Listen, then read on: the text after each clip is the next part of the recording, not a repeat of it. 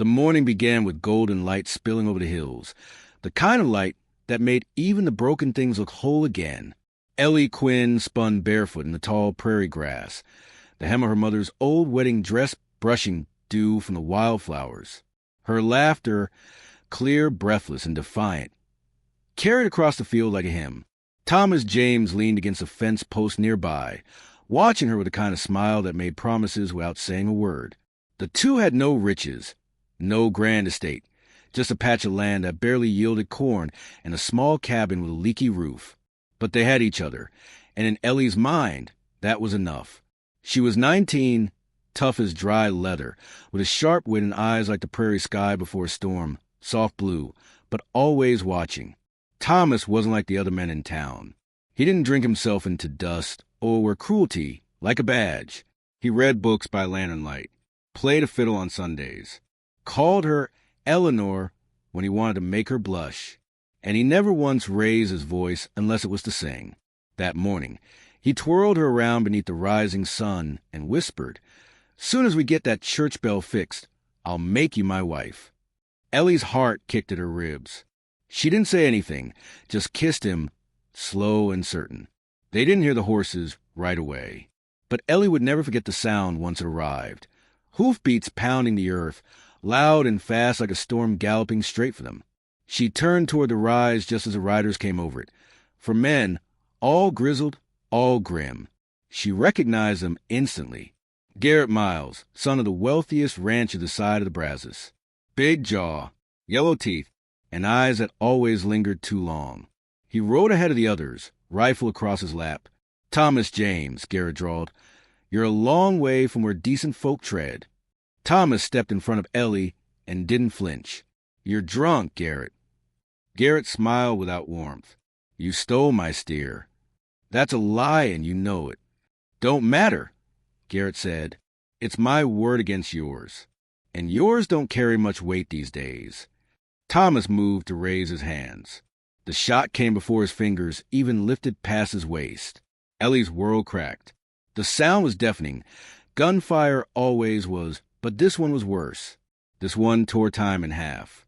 One moment she was standing beside her future. The next, she was kneeling in blood-soaked grass, screaming into Thomas's chest, begging him to hold on. His eyes didn't move. His mouth didn't breathe. The men laughed. One spit near her boot. "You were always too good for him, Ellie," one of them said. "You'll see that soon." Then they rode off.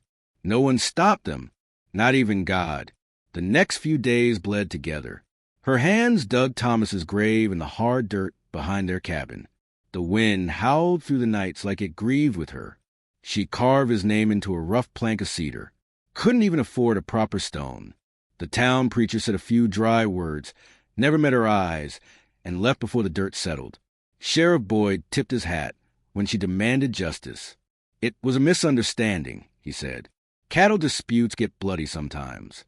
He didn't write it down, didn't ride out, just walked back into his office like nothing had happened. No law, no justice, no voice that mattered. The days turned to ash. Neighbors stopped calling. Pity curdled into gossip. She should have known better, some said. Marrying a nobody like Thomas? Just asking for trouble. On the fifth night, Ellie sat alone in the saloon, hat pulled low, revolver at her side, Thomas's ring hanging from a leather cord around her neck. She didn't drink, but she ordered one anyway. Let the whiskey burn its way down like fire, through dry grass. Then she heard it. Two men talking near the stove, drunk and loud, laughing about the raid on Garrett's ranch, the one where they found their steer a week after killing. One mentioned a name in passing. "Toshaway." She turned, slow. "What did you say?" The man looked up, startled. "What's it to you?" "You said Toshaway." "Who is he?" The man snorted. "Comanche. Ghost in the trees. Kills for honor. Or money, depending on the day. Nobody sees him twice." "Where?" The man grinned. "Badlands, west of the Black Butte Ridge. If you got a death wish, that's the place to start." Ellie stood, left her drink full. That night she packed a satchel with jerky, a canteen, and 2 pistols. One hers, the other Thomas's. She left the cabin behind without a word to anyone. She didn't need a preacher or a sheriff or the town's rotten mercy. She needed Toshaway. She rode hard through the night, into the wind, into the hills where the stars stretched out like silent witnesses. The farther she got from town, the less human the world became. Coyotes watched her pass. Owls blinked from the trees. The moon spilled silver across the trail. The prairie had always felt like home. But now, every shadow breathed danger. Her horse limped by dawn, hooves raw from the hard terrain. She dismounted, walked the rest, boots kicking up dust. Her dress caught on bramble. Her skin stung from thorns. But she didn't stop, not even when the arrow thudded into the ground at her feet. She froze. A figure stepped out from the rocks above. Painted skin, braided black hair, eyes sharp as carved obsidian. No war cry, no threat, just a silence that pressed down like a weight. Ellie looked up at him and whispered, "I'm looking for Toshaway." The warrior didn't blink. "I was told he helps people who've lost everything." Still nothing. "My name is Ellie Quinn, and I have a man I need to bury a second time." The wind shifted. The warrior's gaze flicked toward the hills behind her, then back to her face. Ellie stood her ground, dust on her face, blood on her hands, and fury rising like fire from her bones. He stepped forward, slowly, and for the first time spoke, then follow, and without another word, he turned and vanished into the hills. Ellie didn't hesitate. She followed. The sun beat down like judgment as Ellie followed the silent Comanche through a narrow, winding trail of red rock and thorn brush. Her legs ached, throat parched, but she refused to fall behind. Every step away from town was a step away from the girl who cried in the dirt over her fiancé's body, and toward the woman who would make the men who murdered him wish they'd never drawn breath. The man never told her his name, not until they reached a jagged overhang, hidden high in the canyon, where wind screamed like ghosts across the stones. A small fire crackled in the mouth of a rock shelter. Skins lined the ground. Bones of past meals lay scattered, clean bare. He sat cross-legged beside the flames, unmoved by the heat. Ellie stood, unsure of the rules in a world that no longer obeyed the one she once knew. He gestured for her to sit. She did. "You walk like someone looking for a grave," he said at last, voice low and even. "I've already found one," she replied. He watched her in silence. His eyes were unreadable, forged in places older than maps and just as vast. She felt them press against her skin like a knife poised at a seam. "I want you to kill the men who murdered my fiancé," she said. No games, no hesitation. He said nothing, only tossed another stick into the fire. Ellie's hands balled into fists. "They won't face justice. The sheriff drinks with them. The judge owes them money. I buried the man I love with my bare hands." Still no answer. She reached into her satchel, pulled out a pouch. Coins inside jingled softly. She threw it onto the dirt between them. "I'll pay you." He didn't even glance at it. Ellie's voice trembled, but not from fear. "You were named to me in a saloon full of cowards. Said you kill for coin. I don't," he said flatly. "But sometimes I kill for memory." A gust of wind lifted ash into the air between them.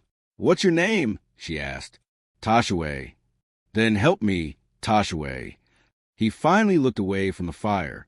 "Do you think revenge will bring peace?" "No," she said, "but it'll bring silence." He studied her, really studied her, and whatever he saw, it made something behind his eyes shift. "Tell me everything," he said. So she did.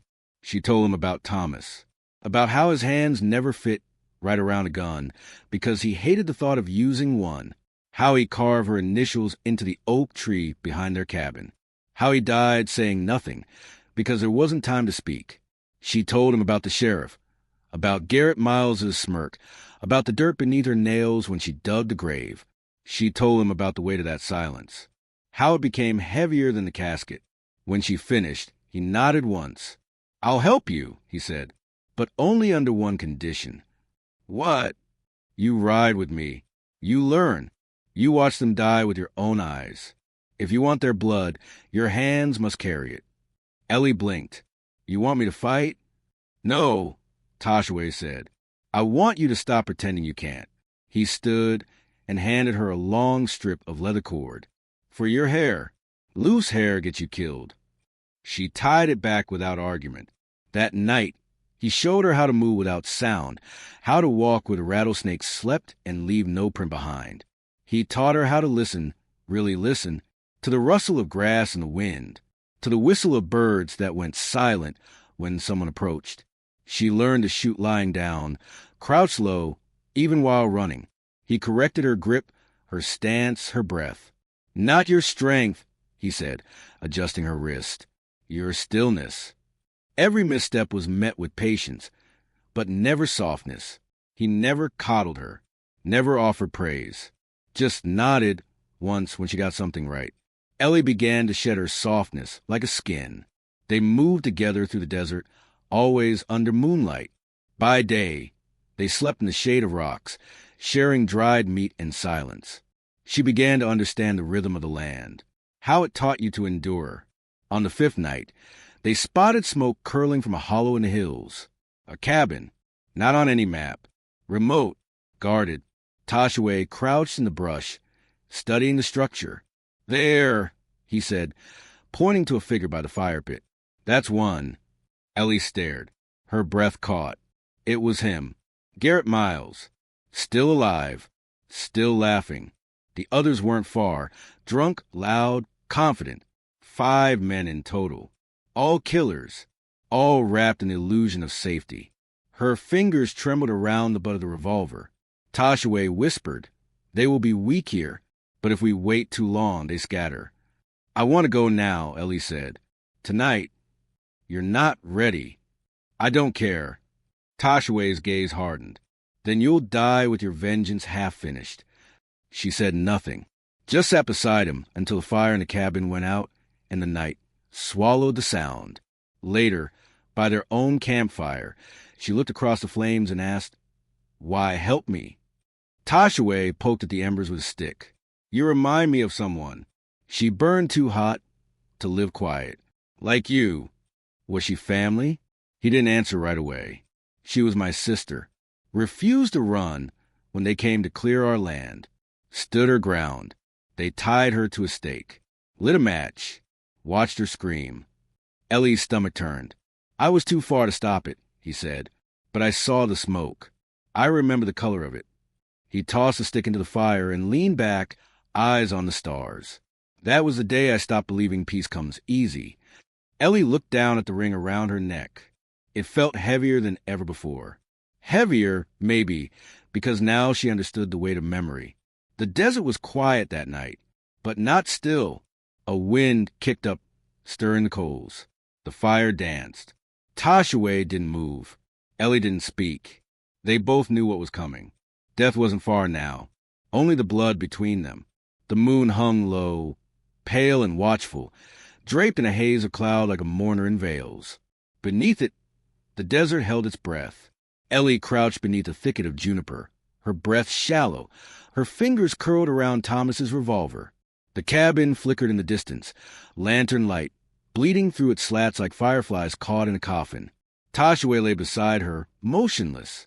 His eyes tracked every shadow, every drunken footstep that stumbled outside the hideout. The air smelled of gun oil, sweat, and the distant memory of blood. The men were still awake, laughing loud, slurring curses, and passing around bottles of stolen whiskey. Their guards were thin, their overconfidence thick as tar. Ellie studied the faces moving behind the crooked window frames. 5 of them. She knew their names like old prayers. Garrett Miles, Boone Tate, Silas Reed, Judd Corman, and Levi Hatch. The last faces her fiancé ever saw. The men who spat on his grave before the dirt had settled. A flicker of hesitation flared in her chest. She could still ride away. Let the desert bury her grief and the lawlessness rot itself. But then she felt the weight of Thomas's ring swing against her chest. Toshaway whispered, You remember the plan? She nodded, one by one. Quiet if we can. He handed her a second knife. This won't jam. She took it, tucking it beside the revolver. Her hands didn't tremble anymore. Not tonight. The first target emerged in the cabin. Levi Hatch, lanky and sour-faced, taking a piss against a log. He didn't even glance into the darkness. Toshaway slipped behind him like smoke. A whisper, a thud, a gas cut short. Levi crumpled. Ellie stared. No theatrics. No cries. Just gone. She swallowed the lump in her throat and moved forward. Next was Silas. Passed out on the porch, rifle resting across his lap. Ellie stepped around the rotting steps, heart thundering in her ears. She gripped the revolver, raised it. He stirred. She froze. His eyes blinked open, murky, unfocused. Before he could speak, she pressed a barrel to his chest and pulled the trigger. The shot cracked like thunder. Inside, voices shouted. Chairs scraped. Doors slammed. The hunt was blown. Toshaway's voice was sharp. Back! They ducked into the trees as gunfire burst from the cabin. Bullets tore through juniper and splintered bark. Ellie dropped low, crawling, mind on fire. She could feel the cold steel of the revolver in her hand, the heat from the muzzle, and the smell, burnt powder and blood. They regrouped behind a rock shelf, breath heaving. I ruined it, she muttered. No, Toshaway said. You chose. That's the only line that matters now. A shadow darted through the clearing, Judd Corman trying to flank. Toshaway tossed Ellie a signal. She nodded and peeled off, circling wide. Judd stalked toward the juniper. Unaware she'd come behind him, she raised the revolver again, this time steady. He turned, just as she pulled the trigger. He flew back, struck in the gut. He writhed, gurgled, reached out. Ellie stepped forward, breathing hard. His mouth opened to beg. But she remembered the look on his face that day, the smirk when Thomas fell, the laugh as she screamed. She fired again. No mercy. Back at the cabin, Boone burst through the door with a shotgun, firing blind. Toshaway danced around the spray and buried an arrow in Boone's thigh.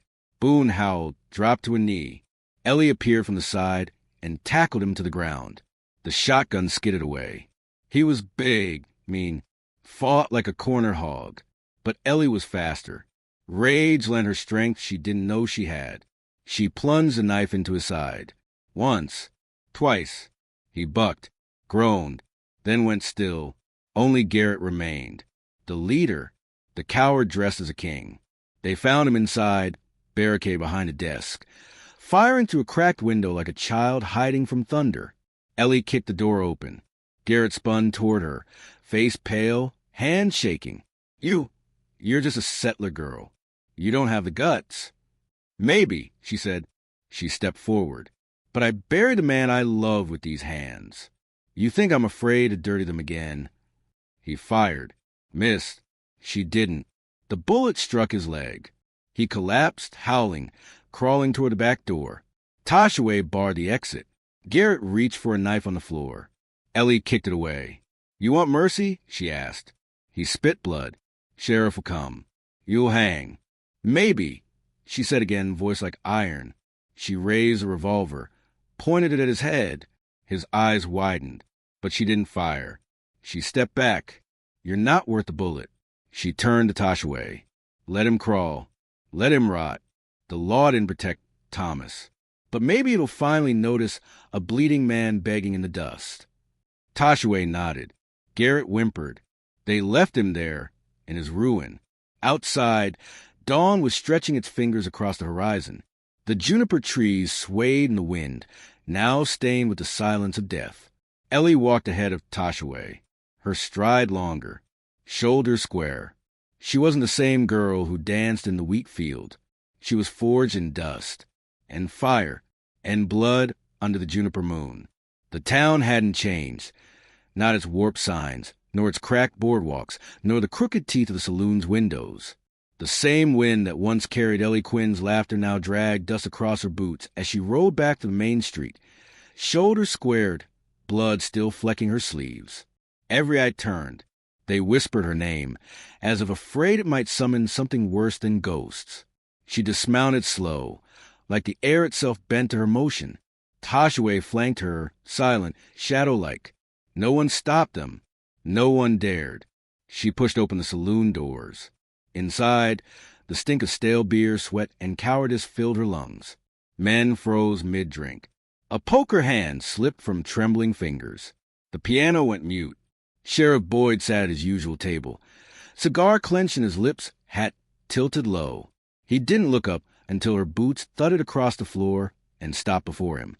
When he did raise his eyes, there wasn't a trace of surprise, only the dull squint of a man who'd buried too many sins to care when one came walking back. "Well," he muttered, "I figured you were dead." "I'm not," Ellie said, "but 4 of them are." The saloon held its breath. Boyd took a slow drag.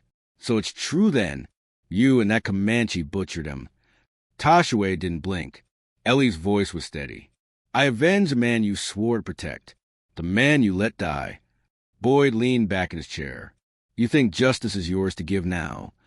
"You gave it away," she said. "Sold it for whiskey and a poker debt. You killed men, Eleanor. I can't let that stand. You didn't let Thomas stand either." The silence cracked like ice. Boyd stood. The chair scraped behind him. His hand rested on his holster. "You gonna shoot me?" he asked. She didn't move. "No, but I won't stop what's coming." Toshaway stepped forward then, placing a leather pouch on the table. It spilled open. Inside, Garrett Miles's ring, Levi Hatch's silver tooth, Boone's belt buckle stained dark. The tokens weren't for proof. They were reminders. Warnings. Boyd's face drained of color. "You buried your law in their pockets," Toshaway said. "Now it's their turn to bury you." The sheriff's gaze flicked between them. Calculating. He backed away, toward the door. "You come out that door. Ellie, you better be ready for what comes." "I already faced it," she said, "and buried it in the hills." Outside, the street emptied as word spread. Folks cleared porches and shuttered windows. A dust devil stirred near the troughs. Ellie stepped out first. The town stretched silent before her, the sun glaring down like a judgment. Boyd followed, coat flaring. He stepped into the street, boots planting firm in the dirt. His fingers twitched over the grip of his revolver. They faced each other now, 10 paces apart. He spat. "You think this makes you some kind of hero?" "No," Ellie said, "but it makes me free." She reached for her revolver. "So, did he?" 2 shots cracked like thunder. Ellie stood unmoving. Boyd stumbled, dropped his weapon. A red bloom spread across his chest. He looked down, confusion on his face. "You..." Ellie lowered her arm. "No, him." Boyd turned. Toshaway stood behind him, bow in hand. The arrow had pierced clean through. The sheriff dropped to his knees, gasped, then fell forward into the dust. The wind blew through again, harder this time, almost like a breath released. Ellie holstered the revolver. She never fired. Toshaway walked to her side. "He would have killed you." "I know." "Why didn't you shoot?" She looked down at Boyd's body. "Because I needed to know I wouldn't become what I hate." Toshaway nodded, the kind of nod that carried respect deeper than words. Later, she stood at the edge of town, her horse saddled and waiting. People watched her from windows and porches, some with awe, some with shame, none with mockery. A young boy approached, dirt on his cheeks, wide eyes. "Miss Ellie," he said, "are you leaving?" "I am." "Where will you go?" She mounted, looked toward the horizon, wherever the wind doesn't carry their names. The boy held something out, a wildflower, small and crushed at the stem. "He used to pick these for you, Mr. Thomas." Ellie took it gently. Her voice cracked, just once. "Thank you." She tucked it inside her coat, beside the ring.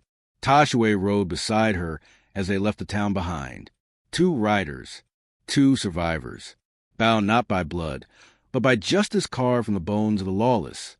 As the sun dipped low, Ellie turned to him. "Do you believe in peace now?" Toshaway thought for a long moment. "I believe in balance," he said. "And sometimes peace grows from blood." She nodded.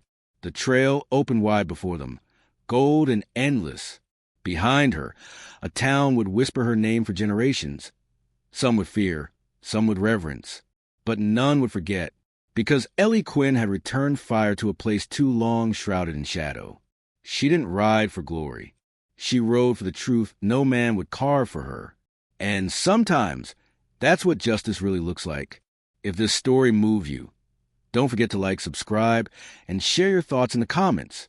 The West remembers, and so should we.